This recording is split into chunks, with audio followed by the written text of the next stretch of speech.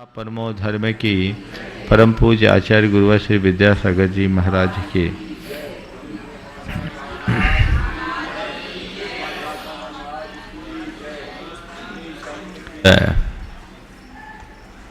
मन के अशुभ परिणति का है।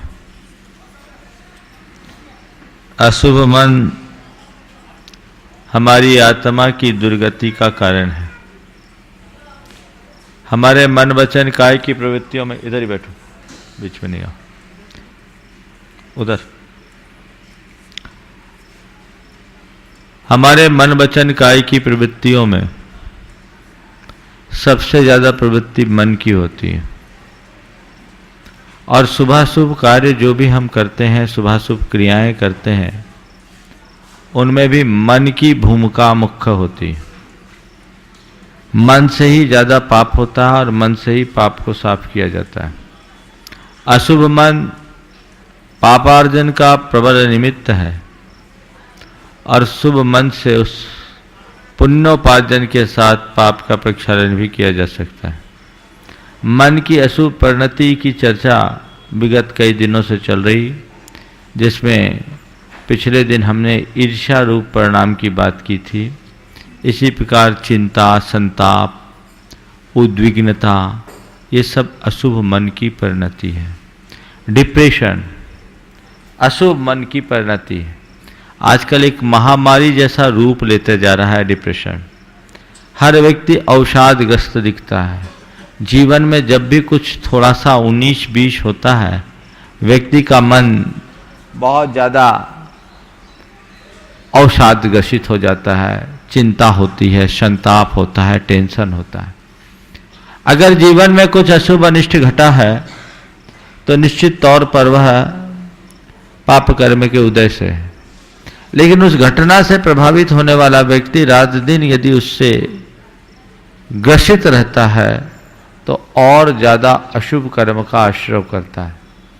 हमेशा ये बात ध्यान में रखना चाहिए कि प्रशस्त मन से जीवन में प्रसन्नता आती है तो सुस्त मन हमारे जीवन को सुस्त कर देता है। तो कितना भी कुछ हो, अपने मन को कभी सुस्त नहीं होने देना चाहिए। ऐसी कोशिश हमारी बननी चाहिए कि हमारा मन हर स्थिति में प्रसन्न बन सके। और ये क्षमता लाने का एक ही उपाय है, व्यक्ति जीवन में घटित होने वाले सब प्रसंगों को कर्म की परिणति मान करके स्वीकार करे। मेरे जीवन में जितने भी शुभाशुभ संयोग घटित होते हैं वो कर्मों के उदय के निमित्त से होते हैं। अच्छा हुआ तो कर्म का उदय है और बुरा हुआ तो कर्म का उदय है। अच्छे बुरे दोनों में जब हम कर्मोदय के रूप में उसे स्वीकार कर लेते हैं तो जीवन में घटित होने वाली घटनाएं हमें ज़्यादा प्रभावित नहीं कर पाती। और वो जब प्रभावित नहीं कर पाती तो आर्त ध्यान रूप परिणाम भी नहीं होता। उसी अशुभ मन की बातें आगे की कुछ गाथाओं में कह रहे हैं। आज कुछ गाथाओं के माध्यम से प्रसंग को आगे बढ़ाते हैं। रागो दोषो मोहो, गाथा 52। रागो दोषो मोहो हसादि नोकसाय परिणामो, थूलो वासु मो वासु मनोती अजिनावेंती, भयतिराय चोर कहावो वैनम बयान असुमिदि, बंधन छेदन मारण क्रिया सा असुखायति। अशुभ मन में और आगे बोल रहे, राग देश मोह हास्य आदि नौकषाय रूप परिणाम, चाहे वो सूक्ष्म हो अथवा स्थूल, वे सब अशुभ मन है। कषाय और नौकषाय से युक्त परिणाम शुभ नहीं है। बहुत ज्यादा हंसी मजाक, ये भी शुभ परिणाम नहीं है, अशुभ परिणाम। और ये अशुभ परिणाम अशुभ आश्रव के हेतु है। इसलिए अपने परिणामों को ध्यान में रखना चाहिए। व्यक्ति मजाक करते समय आनंद लेता है, लेकिन मजाक में ऐसे कर्म को बांध लेता है जिसके पीछे जिंदगी भर रोना पड़े। हास्यादि नौकसाय रूप परिणाम को भी इन्होंने अशुभ मन के अंतर्गत लिया, और कषाय रूप परिणाम, राग देश रूप परिणाम, मोह रूप परिणाम भी अशुभ मन के रूप में है। अपने मन को अशुभ विकल्पों से बचाना हमारे जीवन का लक्ष्य होना चाहिए, और अशुभ से मन को बचाने का सबसे सरल उपाय जितना बने अपने मन को शुभ में रमाओ, अशुभ अपने आप छूट जाएगा। मन आलम्बन खोजता है, उसे हमेशा आलम्बन चाहिए, या तो शुभ का अथवा अशुभ का। अगर हमने शुभ का आलम्बन दिया तो मन स्वस्थ रहेगा, और यदि उसे अशुभ का आलम्बन दे दिया तो मन अस्त व्यस्त हो जाएगा। शुभ का आलम्बन नहीं मिला तो भी वो अशुभ में चला जाएगा। इसलिए कहा जाता है कि दिन भर की अपनी क्रियाओं को इस तरीके से व्यवस्थित करो कि मन को अशुभ में जाने का अवसर ही न मिले। एक बार आचार्य महाराज ने कहा कि मन बंदर की भांति चंचल है, मन बंदर की भांति चंचल है। अब इस चंचल मन को, मन रूपी बंदर को रोकना बड़ा मुश्किल है। इसको एक खूब फूल पत्ती और शाखादार वृक्ष पर घुमाते रहो। वो मन रूपी बंदर अगर सघन वृक्ष पर रहेगा, एक डाल से दूसरी डाल में जाएगा, उसकी शाखा प्रशाखाओं में घूमेगा, लेकिन उस वृक्ष को छोड़कर कहीं और नहीं जाएगा। तो जिनवानी की शाखा प्रशाखाओं में स्वाध्याय के बल पर अपने मन को रमाते रहो, मन कभी अशुभ दिशा में नहीं जाएगा। इस प्रकार ये अशुभ मन की बात जो पिछले 5-7 दिन से चल रही थी, इसके बाद बता रहे अशुभ वचन। सामान्य रूप से हम लोग अशुभ वचन किसको बोलते हैं? निष्ठुर, कर्कश, कठोर, मर्मघाती, ये वचन अशुभ वचन होते हैं। जो वचन हमें चुभ जाए वे वचन अशुभ वचन हैं। लेकिन यहाँ आचार्य महाराज उस अशुभ वचन की चर्चा करते हुए कह रहे हैं कि भय, स्त्री, राग, चोर कथा, स्त्री भक्त कथा, स्त्री कथा, राज कथा और चोर कथा रूप जो वचन है वह अशुभ है। बिखताओं की कथा करना अशुभ वचन है। गोरख धंधे की बातें करना अशुभ वचन है। पाप पोषक वचनों का प्रयोग करना अशुभ वचन है। किसी के मर्म का विघात करने वाले वचन कहना अशुभ वचन है। किसी को धिक्कारना, तिरस्कार करना, भर्त्सना करना, ताड़ना देना, इस प्रकार के जितने भी वचन हैं वे सब अशुभ वचन हैं। तो ऐसे अशुभ वचन से बचना, क्योंकि ये अशुभ वचन अशुभ आश्रयों का कारण बनते हैं। कई बार लोगों को देखते हैं कि वो अपने वचनों पर संयम नहीं रखते, उनका स्वभाव बन जाता है सीधी मुंह बात ही नहीं करते। मुख से जब भी कोई शब्द निकलता है बड़ा तीखा, तीखा भी ऐसा नहीं, एकदम चुभने वाला, हृदय को बेध डाले ऐसे वचन। ये तीखे वचन बहुत कष्टकर होते हैं। तो ऐसे वचनों से अपने आप को बचाओ। और कई बार जो लोग अपने वचनों का दुरुपयोग करते हैं उनके जीवन में भी ऐसी परिस्थिति आ जाती है कि सारी जिंदगी वे बोलने से भी मोहताज हो जाते हैं। एक सज्जन मेरे संपर्क में, उनके पिताजी बड़े माने अपशब्दों का प्रयोग किया करते थे, अच्छे वचन कभी बोलते ही नहीं। माने किसी से भी बोले तो ऐसा बोले कि सामने वाला एकदम उसका हृदय बीत जाए, ऐसे वचनों का प्रयोग करता है। कभी भी, चाहे बेटा हो, चाहे बहू हो, चाहे नाती हो, चाहे पोते हो या समाज का कोई व्यक्ति हो, गाली गलौज के अलावा उनके मुख से कुछ निकलता ही नहीं था। एक दिन जब उन्होंने ऐसी चर्चा में कही कि महाराज जी पिताजी को कैसे समझाए, वो सारी जिंदगी हो गई ऐसी अपशब्दों का, गंदी गंदी गालियां देते, क्या करे। और आजकल तो कुछ उनकी प्रवृत्तियां और बढ़ गई। उन्होंने कहा, बोले भैया ऐसा करो, उनको उनका नेचर मान लो, अब क्या करोगे, वो तो झेलो। बोले महाराज हम लोग तो झेल लेते हैं, लेकिन कई लोगों से रिलेशन खराब हो जाता है, इसके कारण कुछ भी बोल देते हैं। और उनने मुझसे बात की और 5 दिन बाद उनकी वाणी ही अवरुद्ध हो गई, वाक शक्ति अवरुद्ध हो गई, बोल नहीं पाए। वो आदमी उसके बाद 3 बरस जिंदा रहा पर पानी भी नहीं मांग पाया। जीवन भर वचनों का दुरुपयोग करने वाले की वाक शक्ति ऐसी भी अवरुद्ध हो सकती है।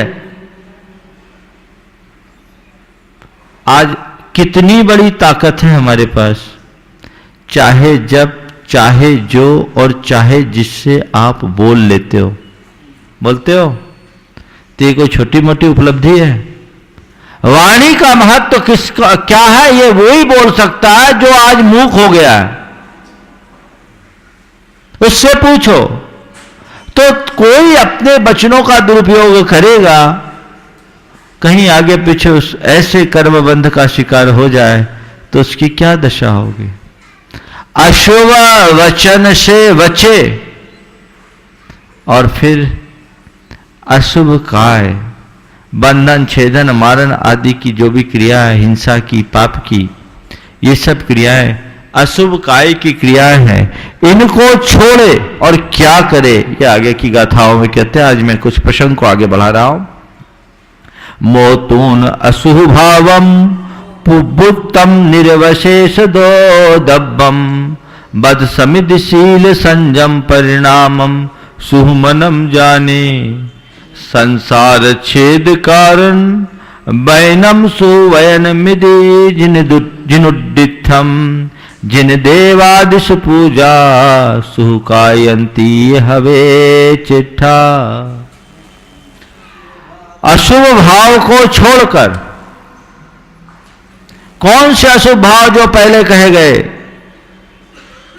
अशुभ लेशा रूप, आहार आदि की संज्ञा रूप और इंद्रिय विषयों की आसक्ति रूप परिणाम, ईर्ष्या रूप, चिंता रूप, अवसाद रूप, तनाव रूप, ये जितने भी प्रकार के अशुभ भाव है, राग देश मोह रूप, हंसी मजाक रूप, ये जितने भी अशुभ भाव है, इनको मोतून छोड़कर क्या करो? अब अपने मन को अशुभ से निकालो तो कहीं तो लगाओ। कहां लगाए? बद समिति शील संयम परिणामम सुमनम जाने। बस संयम, समिति, शील, संयम आदि परिणामों में, अच्छे कार्यों में अपने मन को लगा दो। आप शुभ मन से युक्त हो जाएंगे। मन में जब तक निगेटिविटी हावी है, निरंतर अशुभ कर्म का आश्रय हो रहा है, वो आपको पीछे ले जाएगा।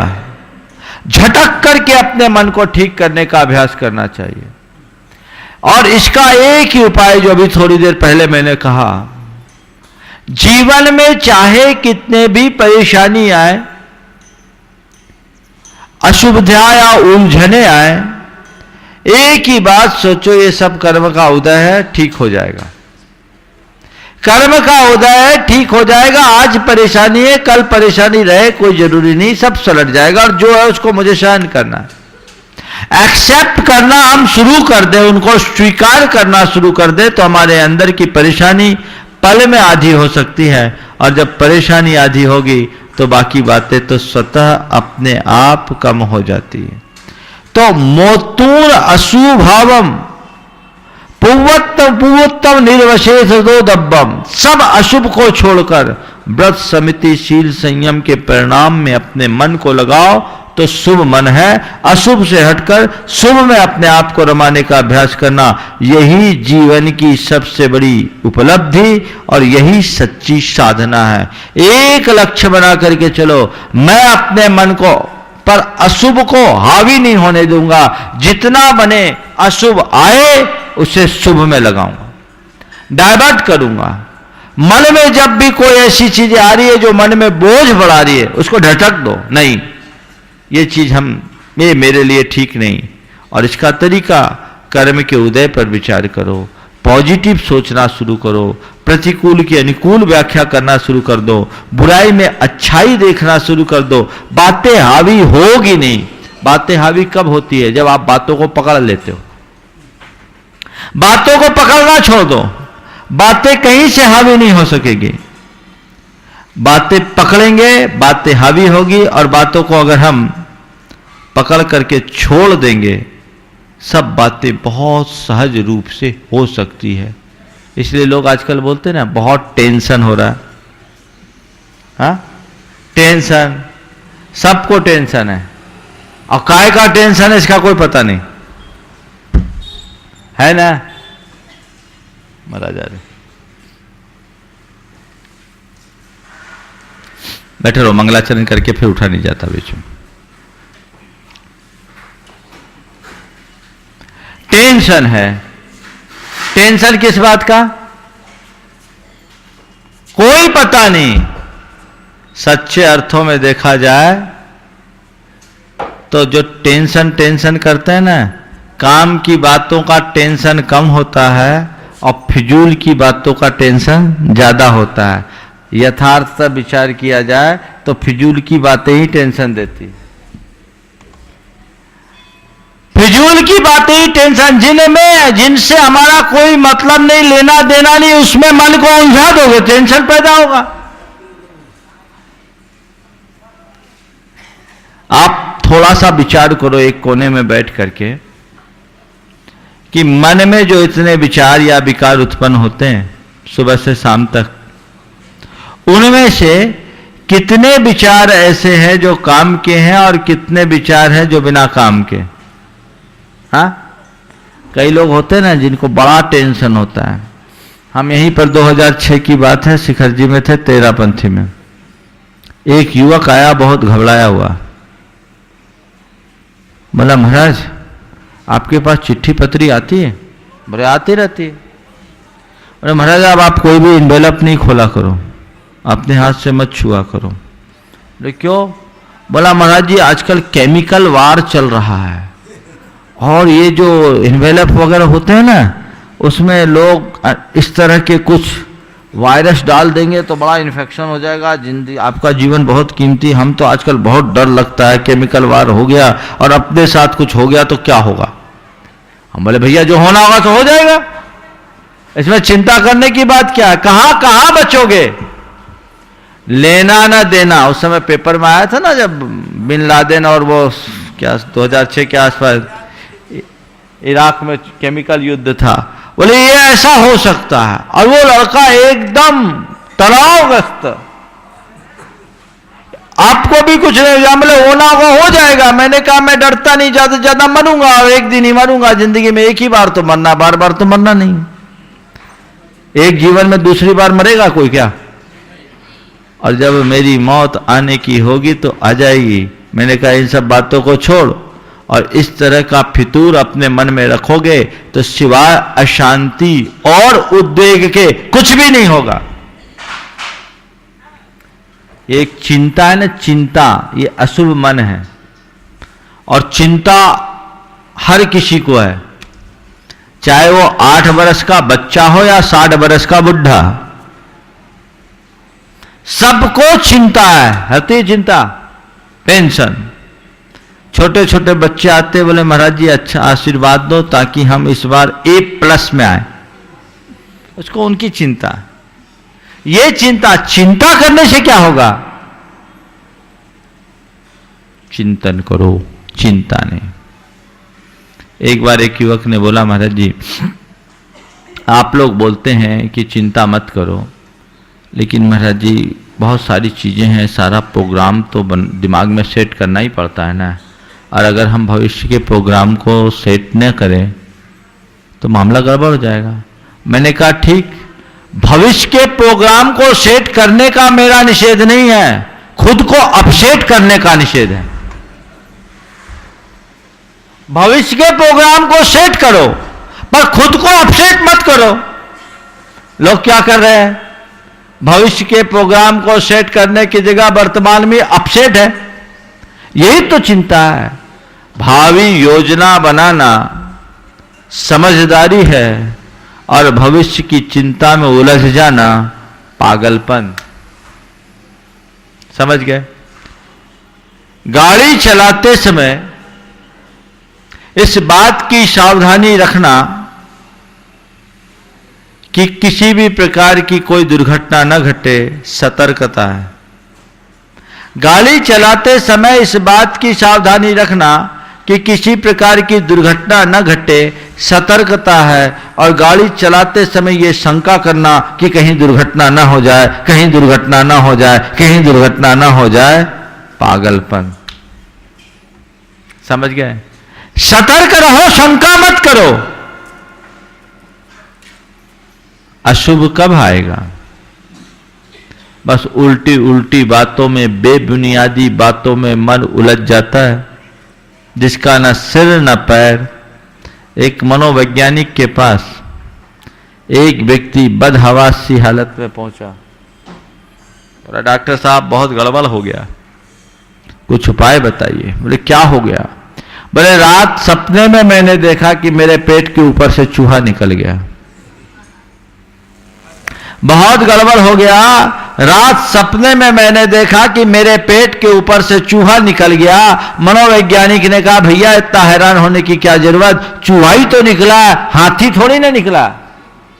चूहा ही तो निकला, हाथी थोड़ी निकल गया।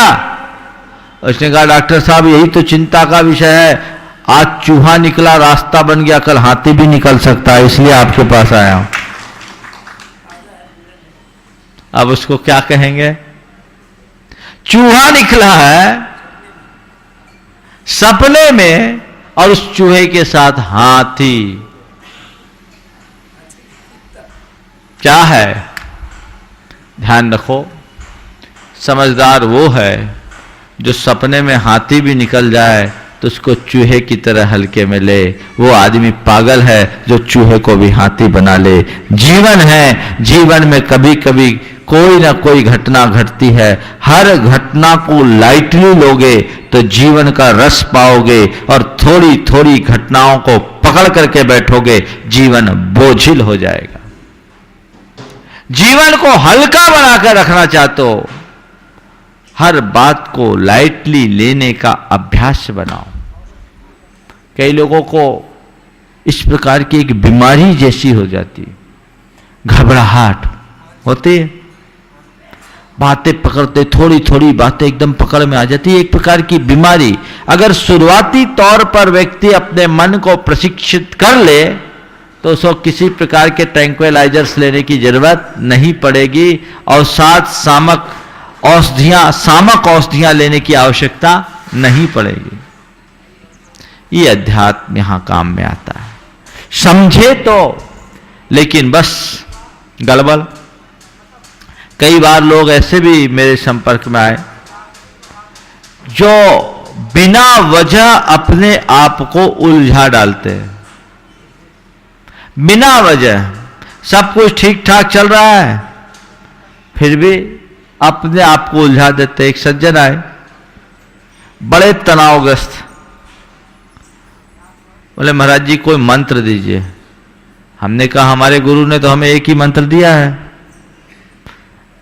कि हर हाल में मस्त रहो, और कोई मेरे पास मंत्र नहीं आता। नहीं महाराज जी, बहुत तकलीफ में हूं। बोले, क्या हो गया?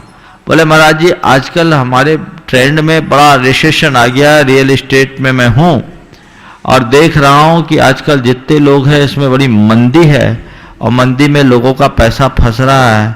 मैं सोच रहा हूं कहीं मेरा भी पैसा ना फंस जाए, मेरा भी पैसा ना फंस जाए।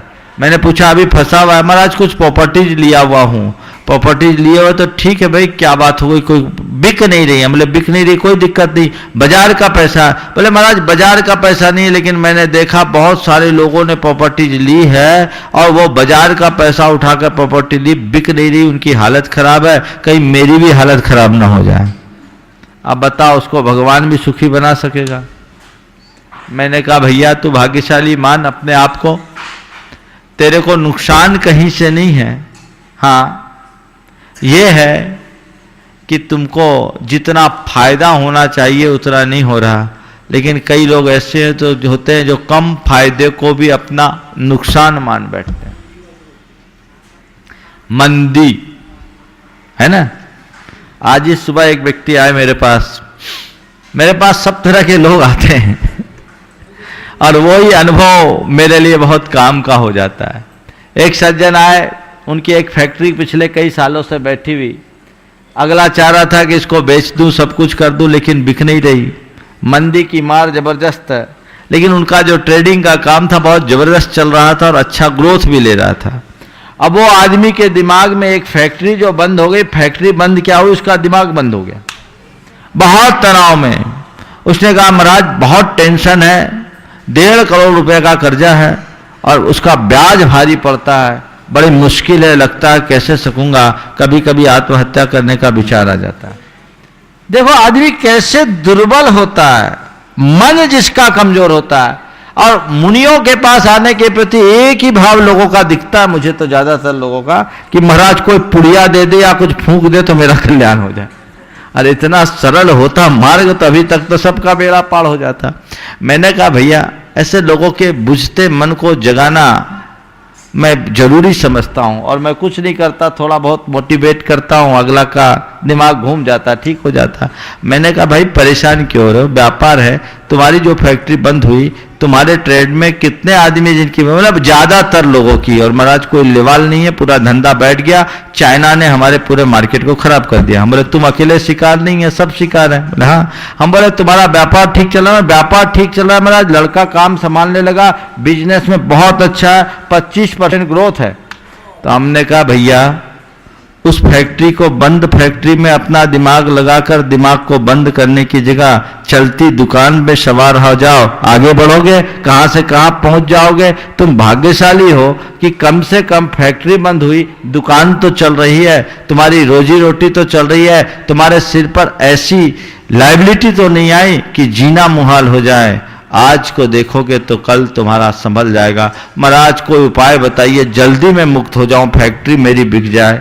बोले भैया ये सब उपाय मेरे पास नहीं है, पर मैं तुमको ये कहता हूं कि फैक्ट्री बिके या ना बिके ऐसी व्यवस्था तो मेरे पास नहीं है, पर फैक्ट्री का विकल्प छोड़ना चाहो तो मैं छुड़वा सकता हूं। तुम सोच लो मेरे पास कोई फैक्ट्री थी ही नहीं और मेरे सिर पर इतना कर्ज है जिसे मुझे कमा के चुकाना है। लोगों के जीवन में बड़े बड़े गड्ढे आते हैं, लेकिन वे अपनी कुशलता से, अपने पुरुषार्थ और पराक्रम के बल पर न केवल उन गड्ढों को भरते हैं, अपितु फिर पहले की तरह उठ खड़े होते हैं। अभ्यास तो लाओ। चिंता मन में, नींद नहीं आती, अब क्या करोगे, कैसे होगा काम, बड़ी बड़ी बुरी हालत। अक्सर लोग अपने अज्ञानता के कारण अपने जीवन को दुखी बना लेते हैं। जीवन में अशुभ प्रसंग पाप कर्म के निमित्त से आता है और अपनी अज्ञानता रूप परिणति के परिणाम स्वरूप वे अपने जीवन को और अधिक अशुभ बना लेते हैं। बंधुओं यहां बचाओ, धर्म हमें यही संभालता है।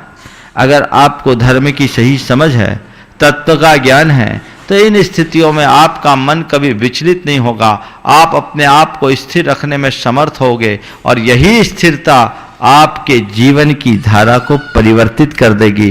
कई ऐसे लोग भी हैं, एक सज्जन मेरे संपर्क में ऐसे आए जिसे बहुत भारी नुकसान हुआ शेयर बाजार में, बहुत भारी नुकसान, इतना नुकसान जिसका उल्लेख करना भी मैं उचित नहीं समझ रहा हूं, पर सामान्य आदमी उस नुकसान को बर्दाश्त नहीं कर सकता।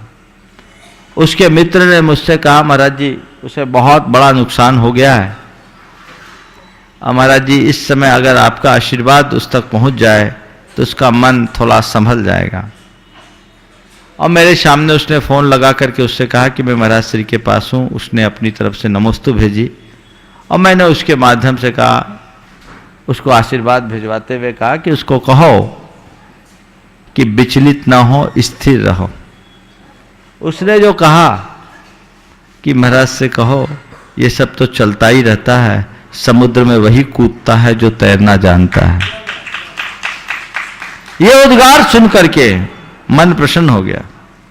उसका मित्र दुखी है जो उसके प्रति सहानुभूति प्रकट करते हुए मुझसे उसे आशीर्वाद दिलाने की भावना रख रहा है, और वो आदमी इतनी फौलादी ताकत वाला कि ठीक है ये तो चलता रहता बिजनेस है, कभी चढ़ता है कभी उतरता है, समुद्र में वही कूदता है जो तैरना जानता है, मैं तैर करके पार हो जाऊंगा, मुझे इस पर विश्वास है। और इतना उसको सेल्फ कॉन्फिडेंस था कि 2008 में हुए उस नुकसान से वो व्यक्ति साल भर के अंदर उभर गया और आज पहले से भी मजबूत स्थिति में खड़ा है। किसके बल पर? किसके बल पर? अपने मनोबल के बल पर। अगर वो चिंता में लीन हो जाता, उसके सिर पर चिंता हावी हो जाती, तो कुछ पाता कुछ नहीं, जो है वो खो देता, शायद जिंदगी से भी हाथ धो देता, पूरा घर परिवार उजड़ जाता। लेकिन सही समझ थी, वो रास्ता निकाल लिया। बंधुओं, मैं हमेशा कहता हूं, अशुभ से अपने मन को यथासंभव अप्रभावित रखने की चेष्टा करो। जितना बन सके अपने आप को आप अशुभ से बचाने की चेष्टा करो, जीवन में आनंद आएगा। तो ये इस प्रकार के वचनों से परिणाम से बचे, मन को शुभ में रमाए और इसी तरह अशुभ वचन से बचने की प्रेरणा देते हुए कह रहे हैं कि संसार छेद कारण वैनम सुवयन विधि जिनुदिथम। ऐसे वचन ही शुभ वचन है जिससे संसार पार उतरे। ऐसे वचन बोले जिससे सामने वाले का हित हो, सबके जीवन का कल्याण हो, जीवन का मार्ग प्रशस्त हो। हित मित प्रिय वचन बोले, अपने मुख से अच्छे शब्दों का प्रयोग करें। और शुभ क्रिया क्या है? जिन देवादिश पूजा सुकायंती हवे चिट्ठा। ये शरीर मिला है, भगवान के दर्शन करो, पूजन करो, पाठ करो, स्वाध्याय करो, दान करो, सेवा करो, सत्कर्म करो। ये शुभ काय की चेष्टा है। और यदि ये परिणाम हो गए तो जीवन की दिशा और दशा सब परिवर्तित हो सकती है। तो कुल मिलाकर आज की चर्चा का सार यही है कि अपने मन, वचन और काय की परिणति को कुछ इस प्रकार की बनाकर रखें जिससे अधिकतम आप शुभ में रह सके, अशुभ से अपने आप को बचा सके। अशुभ से जितना बचेंगे हमारे जीवन का पथ उतनी ही सरलता से प्रशस्त होगा। और यदि हम अशुभ में उलझे रहेंगे तो हमारे जीवन की धारा पूरी नष्ट भ्रष्ट हो जाएगी। इसलिए आगे चल करके अपने जीवन को आगे बढ़ाना चाहिए। आज इतना ही रख करके आज के संदर्भ में मैं इस अशुभ से अपने आप को बचाने की बात रखते हुए विराम दे रहा हूँ। बोलिए परम पूज्य आचार्य गुरुवर श्री विद्यासागर जी महाराज।